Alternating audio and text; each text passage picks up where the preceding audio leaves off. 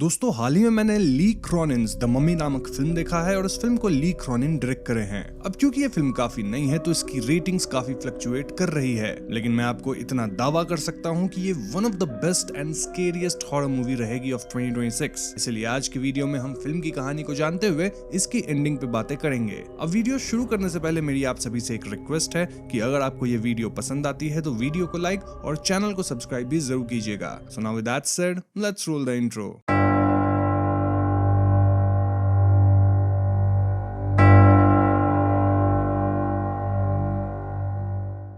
तो फिल्म की कहानी इजिप्ट के एसवन नामक शहर में होती है, जहां हम एक फैमिली को कार में एंजॉय करते देख पाते हैं। इस फैमिली में माँ पिता के अलावा 2 बेटे और एक बेटी थी। और दोस्तों यहाँ पिता और बच्चे काफी एंजॉय कर रहे थे, लेकिन माँ एकदम सीरियस थी कि पूरा परिवार जब अपने घर लौटता है तो इनके घर का पेट बर्ड खत्म पड़ा था। ऐसे में ये लेडी और उसका हस्बैंड अपने ही घर के सेलार में जाते हैं, जहाँ पता चलता है कि सेलर में एक पिरामिड जैसा स्ट्रक्चर था जो कि एकदम ब्लैक कलर का था। आइदर इनका घर ही इस मोस्टली दबे हुए पिरामिड के ऊपर बना था या फिर ये पिरामिड का एक मिनिएचर वर्जन था। जो भी हो, ये लोग इसके अंदर जाते हैं जहां एक ब्लैक बेसल्ट का सैक्रोफेगस होता है। अब जिन्हें बेसल्ट सैक्रोफेगस नहीं पता उन्हें मैं बता दूं कि बेसल्ट सैक्रोफेगस बेसिकली एक स्टोन कॉफिन होता है जो ब्लैक बेसल्ट रॉक से बना होता है। बेसल्ट एक बहुत हार्ड और स्ट्रॉन्ग वोल्केनिक स्टोन है जो लावा ठंडा होने के बाद बनता है, इसीलिए ये काफी ड्यूरेबल और हेवी होता है। एंशिएंट टाइम्स में लोग इंपॉर्टेंट या पावरफुल लोगों को प्रिजर्व करने के लिए ऐसे सैक्रोफेगस यूज करते थे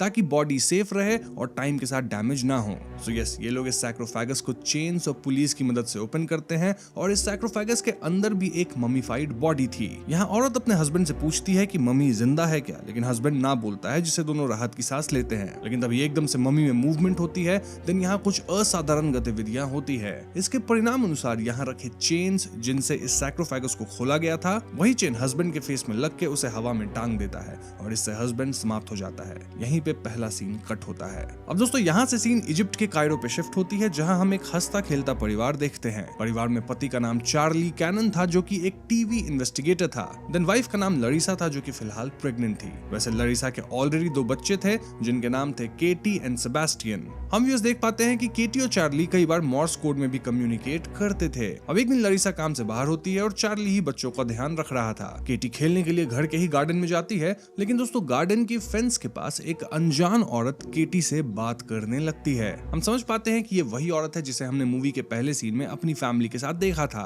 और ये औरत खुद को मजिशियन बोल रही थी। मजिशियन और केटी आपस में बात करने लगती है, जहां मजिशियन केटी को छोटे मोटे मैजिक दिखा रही थी। देन उसे एक चॉकलेट खाने देती है। और दोस्तों इनकी बातों से हम समझ पाते हैं कि केटी इस मजिशियन की बेटी लाइला को जानती है। इनफैक्ट मजिशियन भी शायद केटी से कुछ दिनों से कांटेक्ट में है। जैसा मैंने बताया, लाइला केटी की अच्छी फ्रेंड भी है और ये जो मजिशियन है वो लाइला की ही माँ है। एक पॉइंट पे मजिशियन कहती है कि आज वो केटी के लिए एक खास फ्रूट लाई है जो कि चॉकलेट से भी ज्यादा स्वीट होगा, और ऐसा कह के वो केटी को एक एप्पल देती है। जैसे ही केटी एप्पल लेती है, इसमें से एक इंसेक्ट निकल के केटी के मुंह के अंदर प्रवेश करता है, जिससे केटी चोक करने लगती है। वहीं घर के अंदर चार्ली को एक कबर्ड में ढेर सारे सेम चॉकलेट के रैपर्स मिलते हैं। इसे देख चार्ली को शक होता है कि कहीं केटी को कोई अनजान इंसान चॉकलेट तो नहीं देता है। ऐसे में चार्ली फौरन घर के बाहर गार्डन चेक करने जाता है और वो पाता है कि गार्डन की फेंस थोड़ी टूटी हुई थी और केटी गार्डन से गायब थी। चार्ली तुरंत केटी को ढूंढते हुए घर के बाहर जाता है और वो एक औरत को देखता है जो कि एक बच्ची को लेकर भाग रही थी। चार्ली इस औरत का पीछा करता है, लेकिन तभी शहर में डेजर्ट स्टॉर्म आता है, जिसके कारण चार्ली इस औरत को पकड़ नहीं पाता।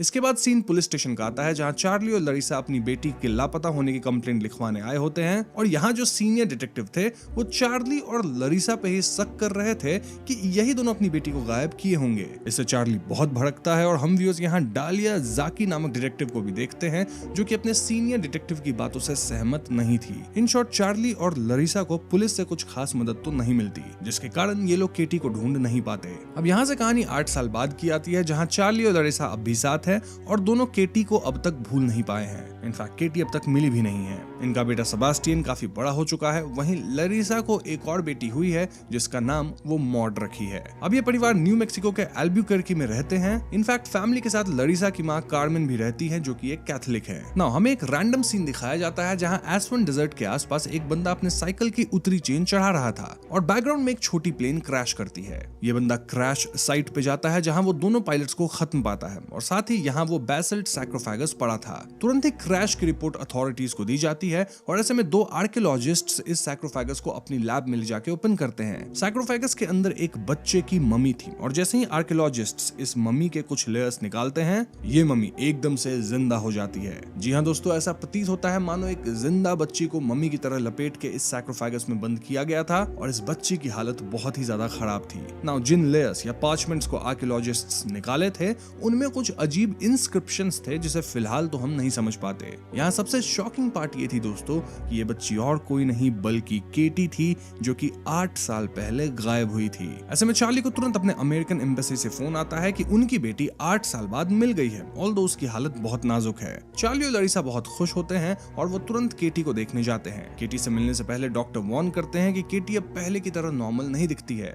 वो सिवियरली माल नरिश्ड है और वो अपने ट्रॉमा के कारण ऐसे स्टेट में है जहां वो बात तक नहीं करती। इनफैक्ट केटी इतनी अनस्टेबल है कि कैटाटोनिक स्टेट में होने के बावजूद वो खुद को चोट पहुंचाती है, इसीलिए उसे most of the time sedative पे ही रखा जाता है। तो चार्ली और लरीसा को अपने इमोशंस कंट्रोल करते हुए ही अपनी बेटी से मिलना होगा। फाइनली ये दोनों अपनी बेटी केटी से मिल पाते हैं और दोस्तों वाकई केटी बहुत अलग दिख रही थी, एक जिंदा मम्मी की तरह। इस पॉइंट पे चार्ली और लरीसा डिसाइड करते हैं कि ये दोनों केटी को घर वापस लेके जाएंगे और घर पे ही उसकी देखभाल करके उसे पहले की तरह हेल्दी और नॉर्मल बना देंगे। वैसे मैं आपको एक बात बता दूं कि केटी के वापस मिलने के बाद उसकी केस पे डिटेक्टिव डालिया काम कर रही हैं और इस बार वो चार्ली को प्रॉमिस करती हैं कि वो पक्का पता करेंगी कि आखिर केटी के साथ इन 8 साल में क्या हुआ है। एनीवेज अगले सीन में हम व्यूअर्स देखते हैं कि चार्ली और लरीसा मिलकर केटी को घर ले आए हैं और दोनों केटी को उसका एक कमरा देते हैं। सेबेस्टियन अपनी बहन को देख एकदम शॉक में था, वहीं मॉड भी अपनी बहन से मिलकर एक्साइटेड थी क्योंकि वो तो केटी को कभी देखी ही नहीं थी। केटी को बिस्तर पर लिटाया जाता है जहां कार्मेन उसके लिए प्रेयर्स पढ़ने लगती हैं। हम केटी की आईबॉल्स कार्मेन की तरफ शिफ्ट होते देखते हैं और एकदम से केटी अपने सर से अपनी ग्रैनी कार्मेन को टक्कर मारती है जिससे कार्मेन लहूलुहान हो जाती हैं। फिर केटी अजीब तरह से चिल्लाती है और उसका शरीर बेड में बहुत डरावने वे में डिस्टॉर्ट होता है। अब उस रात केटी अपनी बिस्तर से उठकर घर के वॉल्स के अंदर किसी पोजेस्ड इंसान की तरह भाग दौड़ करने लगती है। इस घर के वॉल्स हॉलो थे जिनके अंदर आप ट्रैप डोर से एंटर करके मूवमेंट कर सकते हैं। लरीसा और चार्ली केटी का पीछा करते हैं और वो पाते हैं कि केटी एक बिच्छू को जिंदा चबा के खा जाती है। ये लोग केटी को जबरदस्ती उल्टी करवाते हैं, देन उसे उसके कमरे में लॉक कर देते हैं। इस घटना के बाद चार्ली को डालिया से उन इंस्क्रिप्शंस वाले पार्चमेंट्स की फोटो मिलती है जिनमें केटी लिपटी हुई थी इनसाइड सैक्रोफेगस और चार्ली इन्हें स्टडी करना शुरू करता है। चार्ली को जानना था कि 8 साल में केटी के साथ क्या हुआ है और इसके लिए वो किसी भी हद तक जा सकता था। अब अगले दिन लरीसा और कार्मेन मिलकर केटी को साफ कर रहे थे, उसे ग्रूम कर रहे थे और तभी लरीसा नोटिस करती है कि केटी के पैर के नाखून बहुत बड़े थे। वो नेल कटर से उसके नाखून काटने लगती है, लेकिन जब वो अंगूठा का नाखून काटती है तो लिटरली केटी के पैर का स्किन ही निकल जाता है। ये स्किन ऐसा लग रहा था मानो उसके अंदर वही इंस्क्रिप्शन वाले पार्चमेंट्स हों और केटी यहाँ वायलेंटली रिएक्ट करती है जिसके कारण उसे सेडेट करना पड़ता है। इस घटना से लरीसा बिल्कुल टूट जाती है क्योंकि वो अपनी बेटी को इस हालत में नहीं देख सकती थी।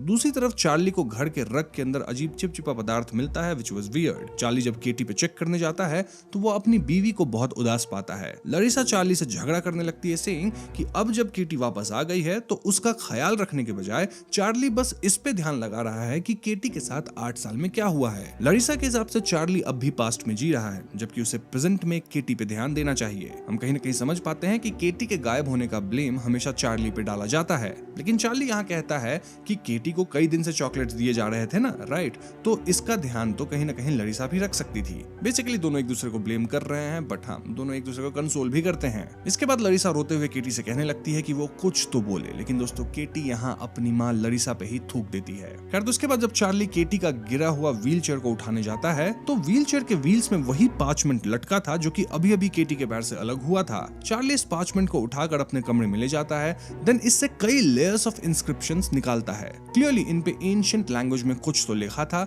और इसे ही डिकोड करने के लिए चार्ली एल्बुक्वर्की के कम्युनिटी कॉलेज जाता है जहां वो आर्कियोलॉजी प्रोफेसर बिक्सलर से मिलता है। प्रोफेसर बिक्सलर कहते हैं कि वो अपने फ्री टाइम में इन इंस्क्रिप्शंस को डिकोड करने की कोशिश करेंगे। अब उस जब चार्ली अपनी बेटी केटी से बात करने की कोशिश करता है तो केटी बहुत ही अजीब तरह से अपने दांत बजाने लगती है। इनिशियली चार्ली को लगता है कि ये केटी का एबनॉर्मल रिएक्शन है, लेकिन फिर उसे एहसास होता है कि केटी के दांत बजाने के पैटर्न्स एक्चुअली में मॉर्स कोड हैं। चार्ली तुरंत इन पैटर्न्स को नोट डाउन करता है और वो पाता है कि केटी यहाँ किसी लाइला का नाम ले रही है। चार्ली तुरंत डिटेक्टिव डालिया को ये नाम बताता है और डालिया सजेस्ट करती हैं कि चार्ली ये पता करे कि 8 साल पहले किटी किसी लाइला को जानती थी क्या। आई मीन कोई रिलेटिव या कोई फ्रेंड हो, एनीवन। ये सुन के चार्ली तुरंत केटी के सामान का पुराना बॉक्स खोलता है जिसमें ढेर सारे कार्ड्स वगैरह थे। आई मीन यहाँ हर तरह के कार्ड्स थे, मोस्टली वो कॉन्डोलेंसेस वाले कार्ड्स होते हैं ना, जब किटी गायब हुई थी, तो वैसे ही। इन्हीं कार्ड्स में से चार्ली को फाइनली एक कार्ड मिलता है जो कि किसी लाइला खलील द्वारा दिया गया था। कार्ड के ऊपर उसी चॉकलेट का रैपर लगा था जो कि चार्ली को 8 साल पहले घर के ड्रॉ में मिला था। आई मीन जिस चॉकलेट से केटी को लालच दिया गया था। कार्ड के ऊपर लिखा था you are sweeter than this chocolate. फिर अंदर लाइला लिखी थी कि केटी उसकी बेस्ट फ्रेंड थी, शी इज अपसेट कि केटी के साथ ऐसा हुआ। इसी के पैरेलल में मॉड को केटी के कमरे से आवाज आती है और मॉड आवाज को सुनने जाती है। तभी एकदम से केटी क्रीपी आवाज में मॉड से बात करने लगती है, जबकि हम जानते हैं कि केटी बात तो करती नहीं। केटी कह रही थी कि वो मॉड से बात करना चाहती है, मुझसे जान पहचान करना चाहती है। मॉड केटी के कमरे के डोर के पास आती है और दूसरी तरफ से केटी एकदम से कहती है कि वो मॉड को टेस्ट करना चाहती है। ये सुन के मॉड भागती है, लेकिन केटी डिमोनिक चैंटिंग्स शुरू करती है जिससे लिटरली मॉड हवा में लेविटेट करती है। थोड़ी देर बाद मॉड वहीं गिर जाती है और हम भी समझ पाते हैं कि अब मॉड के ऊपर केटी के अंदर वाला डिमोनिक एंटिटी का प्रभाव तो आ चुका है। दूसरी तरफ चार्ली को जो लाइला का लेटर मिला था वो इसकी फोटो डालिया को भेजता है और डालिया स्टैंप से पता लगा लेती है कि ये लेटर इजिप्ट आसवान से आया था। अब आसवान के 40 किलोमीटर वाले बड़े इलाके में सिर्फ एक पोस्ट ऑफिस था और ऐसे में डालिया का एग्जैक्ट पिन पॉइंट करना मुश्किल था कि लेटर कहां से आया था। स्टिल डालिया उस एरिया के इमेजेस वगैरह चेक करती है और वो आसवान डेजर्ट के बीच एक नेक्टरिन फ्रूट का बागान पाती है, which was weird। इनफैक्ट दोस्तों जो प्लेन क्रैश हुआ था ना, जिससे सैक्रोफैगस निकला था, उस क्रैश साइट पे भी नेक्टरिन्स का फ्रूट दिखा था। इससे डालिया अंदाजा लगाती है कि जरूर उसी नेक्टरिन्स फ्रूट उपजाने वाले एरिया में ही कल्प्रिट रहती है जो कि केटी को किडनैप की होगी। बस फिर क्या था, डालिया अकेले ही वो पूरा एरिया सर्च करने निकल पड़ती है। वहीं अगर चार्ली की बात की जाए तो वो प्रोफेसर से मिलने जाता है जो कि इंस्क्रिप्शंस को कुछ हद तक डिकोड कर लिए थे। प्रोफेसर बताते हैं कि ये लैंग्वेज बहुत पुरानी है, 3000 BC से पहले की है और इंस्क्रिप्शंस किसी बड़े सेरेमोनियल बाइंडिंग का एक छोटा हिस्सा है। जो 7 इंस्क्रिप्शंस चार्ली प्रोफेसर को दिया था, इनमें एक वर्ड बार बार रिपीट हुआ है, which was नासमेरेनियन। चार्ली पूछता है कि ये नासमेरेनियन क्या है और इसके जवाब में प्रोफेसर एक रिकॉर्डिंग प्ले करते हैं जो कि एंशिएंट इजिप्ट के डिमोनोलॉजी पे था। लेक्चर रिकॉर्डिंग में नैरेटर बता रहा था कि नासमेरेनियन एक ऐसा डीमन था जो कि इंसानों के बीच शैडो की तरह रहता था। ये बाप बेटे को लड़वा दे सकता था, देन माँ को अपने ही बच्चों को दफन करने पे मजबूर कर सकता था। इसलिए नासमेरेनियन को डिस्ट्रॉयर ऑफ द फैमिली भी बोला जाता है। एक सोल के सिकनेस की तरह नासमेरेनियन एक इंसान से दूसरे के शरीर में प्रवेश करता था और ये कैंसर की तरफ फैलता था, पूरी कम्युनिटी का सफाया कर देता था। लेकिन फिर 2000 BC के अराउंड नासमेरेनियन के कांड ऑलमोस्ट खत्म हो गए और फिर उससे रिलेटेड कोई भी इंसिडेंट्स या स्टोरी सामने नहीं आई। बस ऐसा रूमर फैल गया कि नासमेरेनियन को एक एंशिएंट रिचुअल के थ्रू ट्रैप कर दिया गया है, जिसके कारण अब वो बाउंड है। ये सुनकर चार्ली वो शॉक्ड, क्योंकि उसे लगने लगा था कि कहीं केटी के अंदर यही नासमेरेनियन तो नहीं। दूसरी तरफ डालिया एसवन के उस एरिया में जाती है जहां उसे केटी के किडनैपर्स के होने का शक था। डालिया को इस एरिया में एक घर दिखता है जिसके अंदर फिलहाल कोई नहीं था और ऐसे में डालिया घर की छानबीन करने लगती है। वो घर के सेलार में जाती है और दोस्तों ये वही घर है जिसे हमने पहले सीन में देखा था, आई मीन जहां वो ब्लैक पिरामिड था। डालिया इस जगह की पूर्ण छानबीन करती है और वो क्लियरली समझ पाती है कि इस जगह पे किसी तरह का रिचुअल हुआ है जिसका हिस्सा शायद केटी भी रही होगी। छानबीन करके जब डालिया वापस घर में ऊपर आती है तो अब तक वही मजिशियन लेडी यहाँ आ गई थी। मजिशियन डालिया पे हमला करती है लेकिन ऐन वक्त पे डालिया मजिशियन को शूट कर देती है। इसके बाद डालिया बाहर एक दूसरी लड़की को नोटिस करती है जो कि डालिया को देख के भागती है। डालिया इसका पीछा करती है और वो इस लड़की को एक जगह हाथ से ही खुदाई करता पाती है। इस लड़की के हाथ में एक बॉक्स था जिसके अंदर एक VCR वाला कैसेट था और कैसेट पे केटी का नाम लिखा था। डालिया इसे जब्त करती है, साथ ही वो इस लड़की को भी हिरासत में लेती है। डालिया इस लड़की से सवाल जवाब करती है जहां ये लड़की बताती है कि उसका नाम लाइला है। जी हाँ दोस्तों, वही लाइला जो कि केटी की दोस्त हुआ करती थी और हम समझ पाते हैं कि वो मजिशियन लाइला की माँ है। लाइला का जीभ कटा हुआ था जिस कारण वो क्लियरली नहीं बोल पाती थी। स्टिल वो बताती है कि वो अपनी माँ के बारे में एक बार खुलासा करने की कोशिश की और तब उसकी माँ उसकी जीभ का ये हाल की। ये लोग सैक्रोफैगस को एसवन से शिफ्ट कर रहे थे क्योंकि वो एरिया फ्लड होने वाला था, लेकिन इनके भाई जिस प्लेन में सैक्रोफैगस लेके जा रहे थे वो प्लेन ही क्रैश हो गया। यानी कि दोस्तों जो प्लेन क्रैश में 2 पायलट्स खत्म हुए थे वो लाइला के भाई थे और इन्हीं को हम पहले सीन में देखे थे। याद है, एक फैमिली थी, मजिशियन, उसका हस्बैंड, 3 बच्चे, उसमें 2 भाई 1 बहन थे। वेल वो लाइला और उसके भाई ही थे। ये सब सुन के डालिया लाइला को सब कुछ लिखने कहती है कि एग्जैक्टली उसकी माँ क्या करती थी। देन वो केटी वाले कैसेट को देखती भी है। सारी इन्फॉर्मेशन मिलने के बाद डालिया चार्ली को कांटेक्ट करने की कोशिश करती है ताकि वो चार्ली को सच बता सके कि आखिर केटी के साथ इन 8 साल में क्या हुआ। चार्ली डालिया के फोन्स नहीं उठा रहा था और ऐसे में डालिया डिसाइड करती है कि वो चार्ली के घर पे ही जाएगी। और दोस्तों इस वीडियो में आगे मैं आपको इस रिचुअल के बारे में पूरा डिटेल में बताने ही वाला हूँ, तो आप वीडियो को एंड तक जरूर देखिएगा। यहाँ से सीन मॉड पे फोकस करता है जहाँ वो बिल्कुल बदल गई थी। वो अपनी ही टीचर को गंदी बात बोलती है जिसके कारण चार्ली को स्कूल बुलाया जाता है। चार्ली मॉड को लेकर घर आने लगती है और यहाँ कार में भी मॉड अपने भाई को गंदे इशारे कर रही थी, which was weird। इसी के पैरेलल में कार्मेन केटी के कमरे में जाके उसके लिए प्रे करने लगती है, लेकिन एकदम से केटी डिमोनिक वे में बात करते हुए कार्मेन पे हमला कर देती है। कार्मेन ज्यादा कुछ कर नहीं पाती क्योंकि केटी असाधारण तरीके से रूम बंद कर देती है। देन लेविटेट करते हुए कार्मेन पे हमला कर रही थी। एक पॉइंट पे केटी डिमोनिक तरीके से हंसते हुए कार्मेन का क्रॉस सुपर नेचुरल वे में उसके गले में ही लपेट देती है। देन उससे ही कार्मेन को हवा में उठा देती है जिससे कार्मेन चोक करती है। फिर वो कार्मेन को सुपरनैचुरली ऐसे धक्का देती है कि कार्मेन खिड़की तोड़ के नीचे गिरती है। एन वक्त पे चार्ली अपनी बेटी मॉड और बेटे सेबेस्टियन के साथ कार में घर आया था और कार्मेन का शरीर इनकी गाड़ी पे ही गिरता है। इतना काफी नहीं था तो इस जगह पे कायोटीज हमेशा आते थे और इस पॉइंट पे 4 कायोटीज एकदम से कार्मेन के शरीर को खाने लगते हैं। इस भयावह दृश्य से सभी शॉक में थे, लेकिन दोस्तों मॉड ये सब देख के खिलखिलाते हुए हंस रही थी। इन शॉर्ट कार्मेन अब इस दुनिया में नहीं रही, जिससे सबसे बड़ा शॉक लरिसा को लगता है। अगले सीन में हम कार्मेन की एक वेक सेरेमनी देखते हैं और यहाँ अजीब चीजें होती हैं। सबसे पहले मॉड अपने सारे दांत उखाड़ लेती है। देन कार्मेन के खत्म शरीर से उनके डेंचर्स निकाल के पहन लेती है, which was very weird। वहीं केटी अपने भाई सेबेस्टियन को भी उल्टी सीधी बात बोल के उस पर असर डालने लगती है, लाइक तुम ही मुझे गार्डन में खेलने भेजे थे जिससे मैं गायब हुई और मेरा ये हाल हो गया। इससे सेबेस्टियन इफेक्ट होने लगा था। वहीं केटी अपने बंद कमरे के फ्लोर को तोड़ के नीचे फ्लोर की सीलिंग पे क्रॉल करने लग गई थी। जी हाँ दोस्तों, देन वो सभी गेस्ट्स के सामने ही कार्मेन की कॉफिन में कूद के उन्हें काइंड ऑफ खाने लगती है। उनका खून तक चाट रही थी। सारे गेस्ट्स इस दृश्य से शॉक में थे और वो सभी यहाँ से भागते हैं। लरिसा और चार्ली भी इन घटनाओं से शॉक में थे और लरिसा तो इतना परेशान थी कि वो अब केटी को घर में रखना ही नहीं चाहती थी। खैर इसके बाद ये लोग केटी को उसके व्हील चेयर से बांध देते हैं और उसके कमरे पे मल्टीपल लॉक्स लगाते हैं। इनफैक्ट हमेशा एक इंसान कमरे के बाहर निगरानी देता है ताकि केटी किसी भी तरह कमरे से बाहर ना आए। केटी यहाँ अजीब आवाजें निकाल रही थी और वो अपने व्हील चेयर को हवा में थोड़ा उठा के जमीन पे स्लैम कर रही थी। इस पॉइंट पे डालिया इनके घर आती और वो अपने साथ केटी वाली कैसेट लेके आई थी। डालिया ये कैसेट चार्ली और लरिसा को दिखाना चाहती थी क्योंकि इस कैसेट में मैजिशियन प्रॉपर्ली डॉक्यूमेंट करी थी कि केटी के साथ एग्जैक्टली क्या और क्यों किया गया था। सो यस, हम ये कैसेट देखना शुरू करते हैं जिसमें मैजिशियन बता रही होती है कि उसके फैमिली की एक एंशिएंट सीक्रेट है जहां वो लोग नस्मरानियन डीमन को बाइंड करके रखते हैं। इस डीमन को कंट्रोल करने के लिए रिचुअल ममीफिकेशन यूज होती है जिसमें स्क्रिप्चर्स वाली बैंडेजेस लिविंग स्किन पे लपेटी जाती है और जैसे जैसे ये स्क्रिप्चर्स हटाए जाते हैं डीमन उतना ही ज्यादा पावरफुल होता चला जाता है। यानी कि ये जो स्क्रिप्चर्स वाले बैंडेज है वही कहीं ना कहीं डीमन को बाइंड करती हैं। अब क्योंकि डीमन खत्म नहीं हो सकता तो उसे बाइंड करके ह्यूमन होस्ट्स में रखा जाता है और जब एक ह्यूमन होस्ट खत्म होने लगता है तो नस्मरेनियन को दूसरे होस्ट में ट्रांसफर किया जाता है। मैजिशियन एक एंशिएंट कल्ट का हिस्सा थी और उनका काम था नस्मरेनियन को कंट्रोल में रखना। कैसे? वेल, उनको लिविंग होस्ट्स देके जब उस एंटिटी को स्पेशल स्क्रिप्चर्स वाली रैपिंग्स में लपेट दिया जाता है तो डीमन उस मॉर्टल बॉडी के अंदर ही रहता है जब तक वो नेचुरली खत्म ना हो जाए, मतलब जो बॉडी है वो एज करके खत्म ना हो जाए। इसीलिए एक बच्चा ही आइडियल होस्ट होता है क्योंकि एक बच्चा ज्यादा टाइम तक जिंदा रहता है, राइट। बूढ़े को रखा गया तो बूढ़ा तो तुरंत ही खत्म हो जाएगा, रिचुअल दोबारा करना पड़ेगा। तो हाँ, एम है रिचुअल को मैक्सिमम डिले किया जाए दोबारा करने से। अब जो केटी वाली वीडियो कैसेट थी उसके अंदर हम व्यूअर्स क्लियरली ये रिचुअल देखते हैं जहां कल्ट के लोग मास्क वगैरह पहने थे, कुछ चैंटिंग्स कर रहे थे और केटी को पुराने होस्ट के शरीर के ऊपर लटकाया जाता है। चैंटिंग्स के कारण पुराना होस्ट काइंड ऑफ उल्टी करता है और उसके मुंह से निकला ब्लैक लिक्विड केटी के अंदर जाता है। इस प्रक्रिया से नस्मरानियन केटी के अंदर ट्रांसफर हो गया था। अब आइडियली ये लोग केटी को हमेशा उस सैक्रोफेगस में जिंदा रखते तब तक जब तक केटी ओल्ड एज से खत्म नहीं होती, मतलब खत्म होने से पहले अगेन ट्रांसफर होता।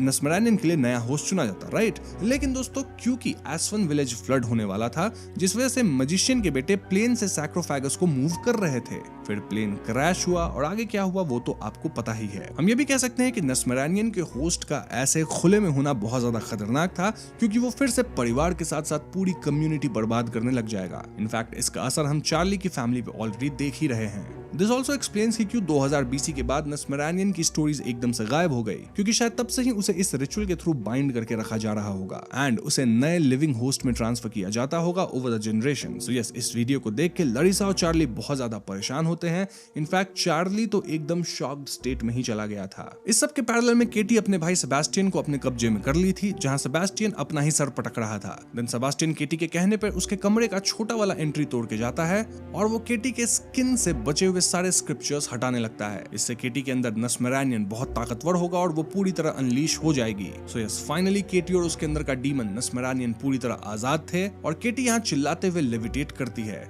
इनफैक्ट केटी के आसपास स्टॉर्म जैसा बन गया था एंड इतना काफी नहीं था तो सेबेस्टियन और मॉड भी डीमन के इन्फ्लुएंस में थे और खत्म हुई ग्रैनी कार्मेन भी पोजेस्ड हालत में घर के अंदर रीएनिमेट होके आ गई थी। इस पॉइंट पे हाथापाई शुरू होती है, जहां सेबेस्टियन अपनी मां को ही मारने दौड़ता है और लरिसा उससे बचते हुए वॉल्स के अंदर भाग रही थी। वहीं ग्रैनी कार्मेन डालिया पे हमला कर रही थी और केटी खुद चार्ली से लड़ रही थी। केटी लिटरली चार्ली को काट के उसे खाने लग रही थी और कार्मेन अपने मुंह से एक बिच्छू निकाल के डालिया के मुंह में डाल दी। ये बिच्छू डालिया के गले में छेद करके बाहर निकलने लगा था, लेकिन डालिया समहाउ अपने मुंह में हाथ डाल के बिच्छू को बाहर निकालती है। देन वो कार्मेन पे हमला करके समहाउ भागती है।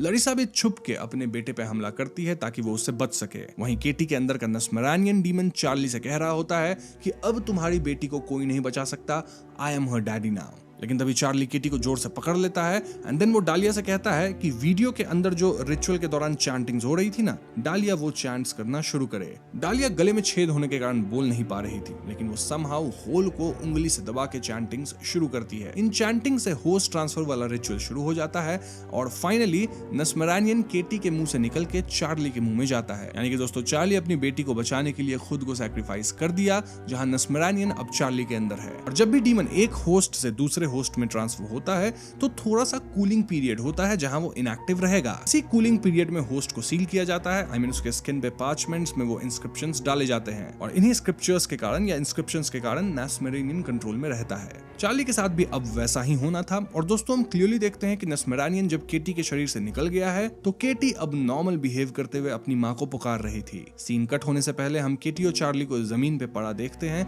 जहां दोनों हैंड्स होल्ड किए हुए थे। इनफैक्ट मॉड और सेबेस्टियन भी अब नॉर्मल थे। अब अगले सीन में चार्ली एक ताबूत जैसे स्ट्रक्चर के अंदर बंद था, यानी उसे बाइंड किया गया था और हम रिकवर्ड केटी को देखते हैं जो कि मॉर्स कोड में आई लव यू टैप करती है। अंदर से चार्ली भी I love you all tap करता है। समय के साथ केटी फुली रिकवर कर जाती है। इनफैक्ट मॉड और सेबेस्टियन भी एकदम ठीक हो चुके थे। लेकिन दोस्तों, चार्ली के अंदर तो नस्मरानियन है और वो कैद होगा। फिर हमें एक सीन दिखाया जाता है जहां लरिसा डालिया को कॉल करके कहती है कि वो चार्ली के बारे में बात करना चाहती है। देन आता है कहानी में ट्विस्ट, जहां हमें एक जेल का सीन दिखाया जाता है और इस जेल में मजिशियन होती है। जी हाँ दोस्तों, मजिशियन जिंदा है, यानी कि डालिया के गोली से वो बच गई थी और फिलहाल वो जेल में कैद है। मजिशियन के बैक पे हम उस गोली का वुंड भी देखते हैं और यहाँ मजिशियन के जेल वाले सेल में एक नर्स आती है। एज इट टर्न्स आउट ये नर्स बन के लरिसा आई थी, जहाँ वो मजिशियन को सेडेटिव देती है। देन डालिया एक व्हील चेयर पे चार्ली को लेकर आती है और फिर डालिया कहती है कि तुम्हें पता है कि आगे क्या होने वाला है। डालिया चैंटिंग्स शुरू करती है और हम ये समझ पाते हैं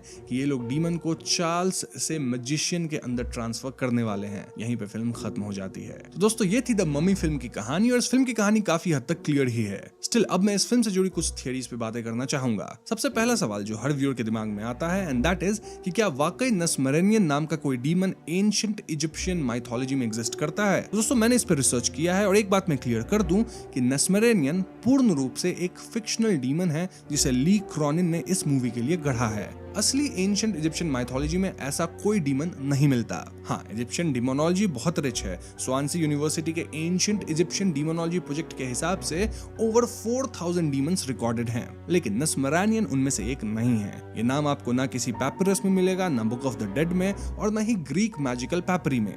इट्स क्लियर कि नस्मरानियन एग्जॉसिस्ट की तरह एक मेड अप डीमन है जो इजिप्शियन बैंडेजेस पहने हुए है। तो हाँ, ये क्रोनिन की अपनी क्रिएशन है जिसे उन्होंने ऑथेंटिक साउंड देने के लिए मिडिल ईस्टर्न लिंग्विस्टिक फ्लेवर के साथ बनाया है। अब बात करते हैं रिचुअल की। आई मीन ये रिचुअल क्यों किया जाता है और क्यों बच्चे चुने जाते हैं? फिल्म के लोर के हिसाब से नस्मरानियन को डिस्ट्रॉय नहीं किया जा सकता, उसे बस बाइंड ही किया जा सकता है। इसीलिए एक लिविंग होस्ट चाहिए होता है जिसके अंदर डीमन कैद रहे। अब जब होस्ट खत्म होने लगता है, बूढ़ा हो जाता है, उसका बॉडी डीके होने लगता है, तो जो प्रोटेक्शन स्पेल है जो एक्चुअली होस्ट के स्किन में ही बेक्ड होती है थ्रू दोज इंस्क्राइब्ड बैंडेजेस, वो कमजोर होने लगती है। इसलिए मैजिशियन का कल्ट बच्चों को चूज करता है क्योंकि एक बच्चे का शरीर लंबा चलेगा, जिससे रिचुअल को दोबारा करने की जरूरत ऑलमोस्ट 50-60 साल तक तो नहीं पड़ेगी। एक बूढ़े इंसान को होस्ट बनाने का मतलब होगा कि डीमन हर 5-10 साल में स्केप करने के करीब पहुंच जाएगा। तो हाँ, ये एक बिल्कुल प्रैक्टिकल कल्ट लॉजिक है। Maximum containment for minimum ritual frequency. एक और इंटरेस्टिंग बात यह है कि रिचुअल में लिविंग होस्ट को ममीफाई नहीं किया जाता,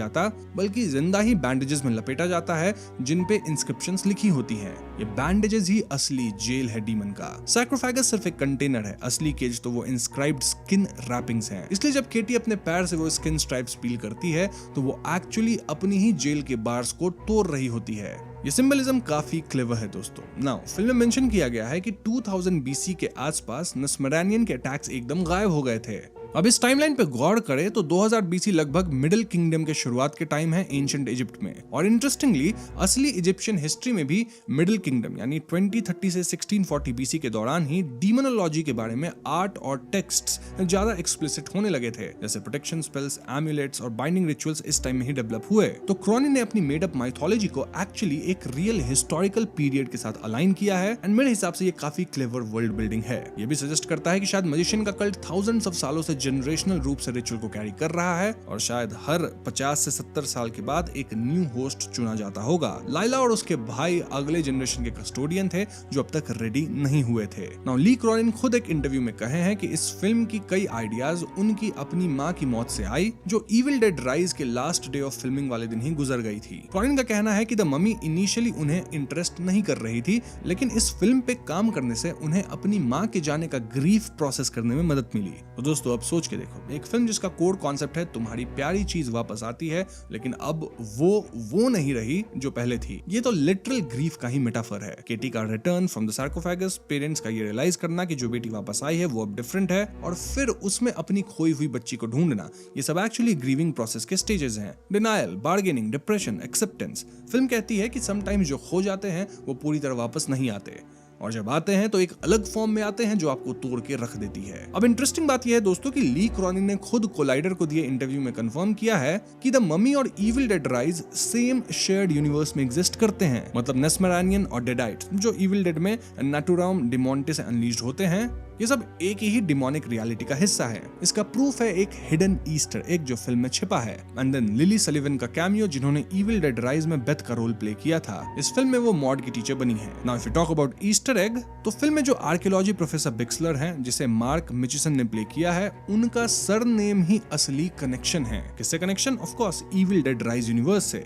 ली क्रॉनिन ने खुद कंफर्म किया है कि अगर आप ध्यान से इस प्रोफेसर का नाम देखेंगे तो वो इविल डेड राइज के कुछ की कैरेक्टर्स के डिस्टेंट रिलेटिव निकल सकते हैं। क्रॉनिन ने बोला कि there is always going to be a bit of crossover, मतलब वो खुद अपना एक शेयर्ड क्रॉनिनवर्स बना रहे हैं जहां इविल डेड के डेडाइट्स और नेस्मेरानियन जैसे एंशिएंट इजिप्शियन डीमंस एक ही रियलिटी में एग्जिस्ट करते हैं। एक और बोनस ईस्टर एग है केटी के पिंक बेडरूम में लगा हुआ बेब 1995 मूवी का पोस्टर, जो क्रॉनिन ने इसलिए डाला क्योंकि वो बेडरूम जनरेशंस से हैंड मी डाउन होगा, शायद लरिसा के टीनेज डेज से। तो अगली बार जब आप ये फिल्म देखें तो प्रोफेसर के नाम पे स्पेशल ध्यान दीजिएगा। तो हाँ, हम ये कह सकते हैं कि ली क्रॉनिन वाकई में अपना एक क्रॉनिनवर्स बना रहे हैं, जहां आगे आने वाली मूवीज में शायद हम और भी मॉन्स्टर्स को देखें और कहीं जाके सारे इंटरकनेक्ट भी होंगे। नाउ फिल्म के एंडिंग में जब डालिया और लरिसा मैजिशियन के अंदर नेस्मेरानियन ट्रांसफर करती हैं, तो ये सीन थीमेटिकली बहुत डीप है। देखा जाए तो मैजिशियन भी एक डिस्ट्रॉयर ऑफ फैमिली ही है। वो केटी को अपनी माँ से अलग कर दी, अपनी बेटी लाइला की जीभ काट दी, अपने ही बेटे उसके एक प्लेन क्रैश में खत्म हो गए। तो नेस्मेरानियन का मैजिशियन के शरीर में जाना actually demon finding it's rightful resting place है।